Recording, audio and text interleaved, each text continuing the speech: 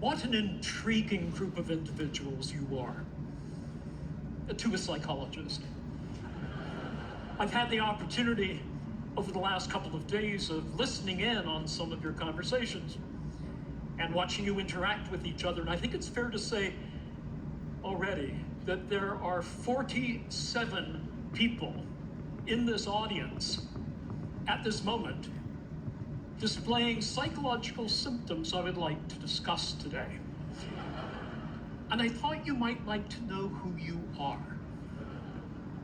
But instead of pointing at you, which would be gratuitous and intrusive, I thought I would tell you a few facts and stories in which you may catch a glimpse of yourself. I'm in the field of research known as personality psychology, which is part of a larger personality science which spans the full spectrum from neurons to narratives. And what we try to do, in our own way, is to make sense of how each of us, each of you, is in certain respects like all other people, like some other people, and like no other person. Now, already you may be saying of yourself, I'm not intriguing. I am the 46th most boring person in the Western Hemisphere. Or you may say of yourself, I am intriguing, even if I am regarded by most people as a great thundering twit. But it is your self-diagnosed boringness and your inherent twittiness that makes me as a psychologist really fascinated by you. So let me explain why this is so. One of the most influential approaches in personality science is known as trait psychology, and it aligns you along 5 dimensions, which are normally distributed, that describe universally held aspects of difference between people. They spell out the acronym OCEAN. So O stands for open to experience versus those who are more closed. C stands for conscientiousness, in contrast to those with a more lackadaisical approach to life. E, extroversion, in contrast to more introverted people. A, agreeable individuals, in contrast to those decidedly not agreeable. And N, neurotic individuals, in contrast to those who are more stable. All of these dimensions have implications for our well-being, for how our life goes. And so we know that, for example, openness and conscientiousness are very good predictors of life success, but the open people achieve that success through being audacious and occasionally odd. The conscientious people achieve it through sticking to deadlines, to persevering, as well as having some passion. Extroversion and agreeableness are both conducive to working well with people. Extroverts, for example, I find intriguing. With my classes, I sometimes give them a basic fact that might be revealing with respect to their personality. I tell them that it is virtually impossible for adults to lick the outside of their own elbow. Did you know that? Already, some of you have tried to lick the outside of your own elbow, but extroverts amongst you are probably those who have not only tried, but they have successfully licked the elbow of the person sitting next to them. Those are the extroverts. Let me deal in a bit more detail with extroversion because it's consequential and it's intriguing, and it helps us understand what I call our 3 natures. First, our biogenic nature, our neurophysiology. Second, our sociogenic, or second nature, which has to do with the cultural and social aspects of our lives. And third, what makes you individually you, idiosyncratic, what I call your idiogenic nature. Let me explain. One of the things that characterizes extroverts is they need stimulation. And that stimulation can be achieved by finding things that are exciting. Loud noises, parties, social events here at TED, you see the extroverts forming a magnetic core and they all gather together, and I've seen you. The introverts are more likely to spend time in the quiet spaces up on the second floor, where they are able to reduce stimulation and may be misconstrued as being antisocial, but you're not necessarily antisocial. It may be that you simply realize that you do better when you have a chance to lower that level of stimulation. Sometimes it's an internal stimulant from your body. Caffeine, for example, works much better with extroverts than it does introverts. When extroverts come into the office at 9 o'clock in the morning and say, I really need a cup of coffee, they're not kidding. They really do.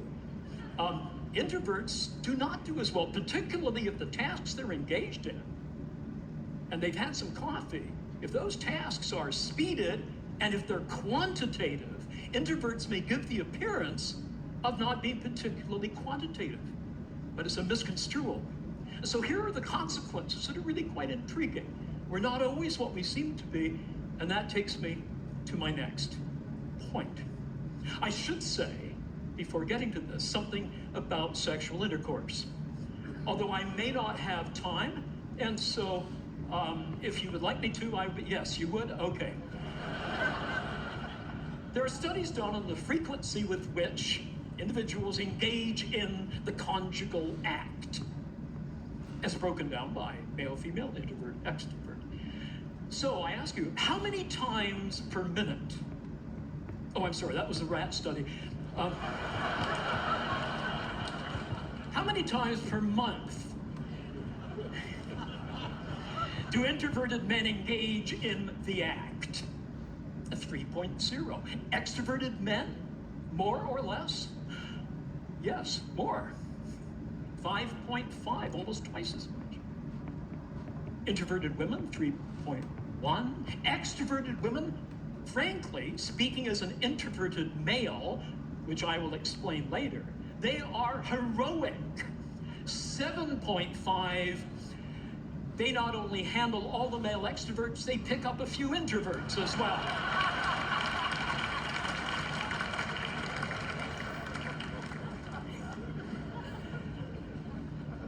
We communicate differently, extroverts and introverts. Extroverts, when they interact, want to have lots of social encounter punctuated by closeness. They like to stand close for comfortable communication. They like to have a lot of eye contact or mutual gaze. We found in some research that they use more diminutive terms when they meet somebody. So when an extrovert meets Charles, it rapidly becomes Charlie, and then Chuck, and then Chuckles baby. Whereas for introverts, it remains Charles until he is given a pass to be more intimate by the person he's talking to. We speak differently. Extroverts prefer black and white, concrete, simple language. Introverts prefer, and I must again tell you that I am as extreme an introvert as you could possibly imagine. We speak differently. We prefer contextually complex, contingent, weasel word sentences, more or less, as it were, not to put too fine a point upon it, like that. When we talk, we sometimes talk past each other. I had a consulting contract I shared with a colleague who was as different from me as two people could possibly be. First, his name is Tom. Mine isn't. Secondly, he's 6'5". I have a tendency not to be. And thirdly, he's as extroverted a person as you could find. I am seriously introverted. I overload so much I can't even have a cup of coffee after 3 in the afternoon and expect to sleep in the evening. We had seconded to this project a fellow called Michael. And Michael almost brought the project to a crashing halt. So the person who seconded him asked Tom and me, what do you make of Michael? Well, I'll tell you what Tom said in a minute. He spoke in classic extrovertese. And here is how extroverted ears heard what I said, which is actually pretty accurate. I said, well, Michael does have a tendency at times of behaving in a way that some of us might see as perhaps more assertive than is normally called for. Tom rolled his eyes and he said, Brian, that's what I said. He's an asshole.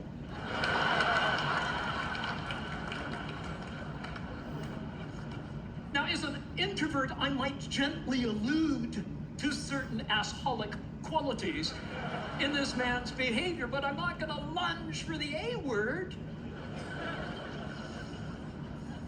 And the extrovert says he walks like one, he talks like one, I call him one, and we go past each other. Now, is this something that we should be heedful of? Of course, it's important that we know this. Is that all we are? Are we just a bunch of traits?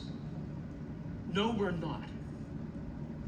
Remember, you're like some other people and like no other person. How about that idiosyncratic you?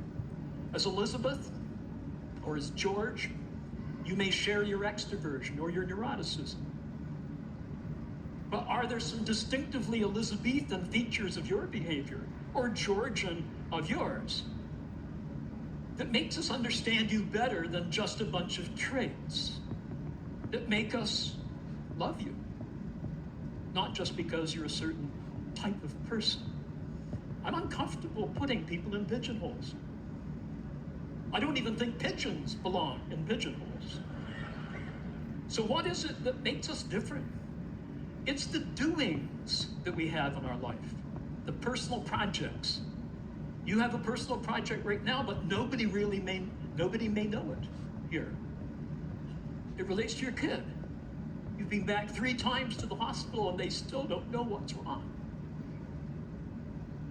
Or it could be your mom. And you've been acting out of character. These are free traits.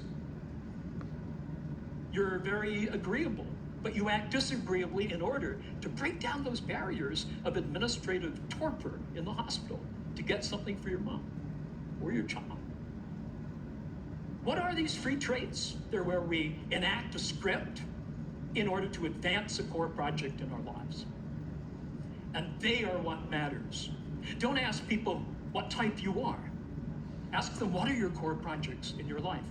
And we enact those free traits. I'm an introvert, but I have a core project, which is to profess. I'm a professor. And I adore my students. And I adore my field. And I can't wait to tell them about what's new, what's exciting, what I can't wait to tell them about. And so I act in an extroverted way because at 8 in the morning, the students need a little bit of humor, a little bit of engagement to keep them going in arduous days of study. But we need to be very careful when we act protractedly out of character. Sometimes we may find that we don't take care of ourselves.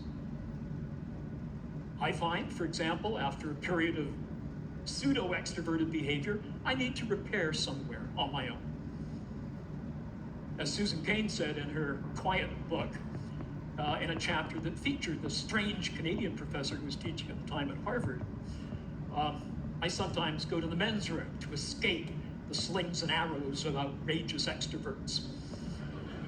I remember one particular day when I was retired to a cubicle trying to avoid overstimulation.